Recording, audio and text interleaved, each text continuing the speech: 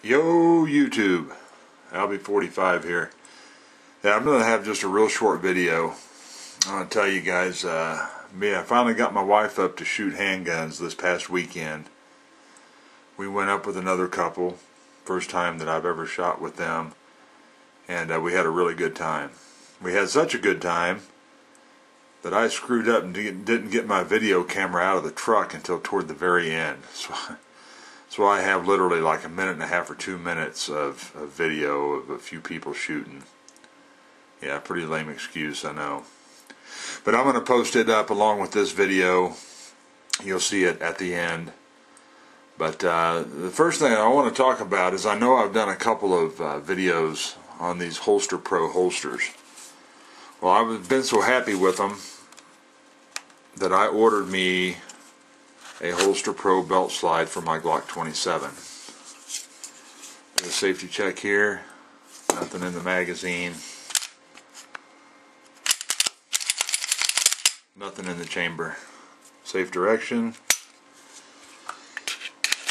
But I've been so tickled with the holsters for my SIG 238 and my SP 101 revolver that I got a hold of him and asked him to make me one for my Glock 27, and he did it, and just like the other two, I am not disappointed. I wanted it the same design as the one from my SIG 238, so whenever the belt goes through here and this is back, it really sucks this gun right up to your waist. All leather, little HolsterPro emblem there. The gun fits in there fantastic. Fits in there really good. And I'm shaking that pretty stinking hard, and it is not coming out. So I just wanted to show it. All these holsters I get from the HolsterPro I pay for. I don't want you guys to think that I'm getting free merchandise or something. I pay for every one of them. But I really just want to reiterate that this is a very quality product at a very reasonable price. I used to have what they called the Galco Quick Slide for this gun, and I paid $80 for that holster. This holster right here, $40. $40. And this gun fits in this holster just as good as it did in that Galco.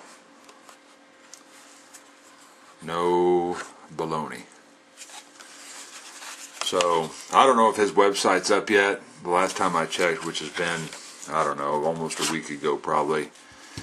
His actual website still isn't up, but you can still contact him on eBay. It's HolsterPro 1244. Boy, I hope that number's right. HolsterPro 1244 is his eBay name. So, just wanted to share it with you. I'll give you a little lowdown on the shooting party. It was myself, my wife, a friend of mine, and his wife. Neither one of the girls had shot very much at all.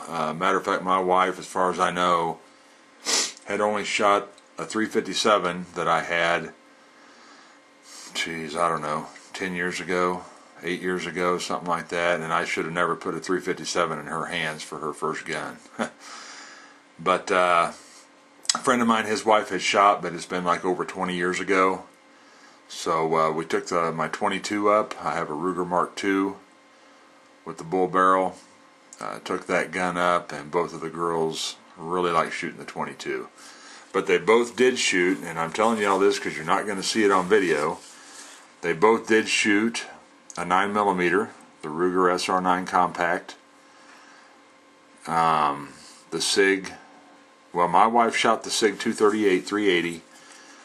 Jim's wife shot his Ruger LCP, and then both of the ladies shot the Ruger SP 101 357 Magnum with 38 special loads in it. I did discover, though, that the SR9 with both of the girls had problems. It would stovepipe. The girls, I mean, they wasn't able to hold it steady enough. So I think that might have the same issue as the Glocks do. You can't limp wrist it. Me and Jim, not a problem. Other male friends of mine have shot it, not a problem. But both of the girls, when they shot it, both of them had issues. So kind of a food for thought. You never know. You never can tell. You know, some guns are okay with it and some aren't. But I know the Glocks. Most of you all probably know the Glocks. You can't limp wrist them.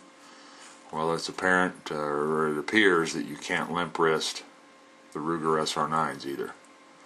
So anyway, that's it. Just wanted to share that. Post up that stinking 1.5 or 2 minutes worth of video. I know, pretty pathetic. Very lame. Y'all take care. Thanks for watching, and we'll see you down the road. Bye.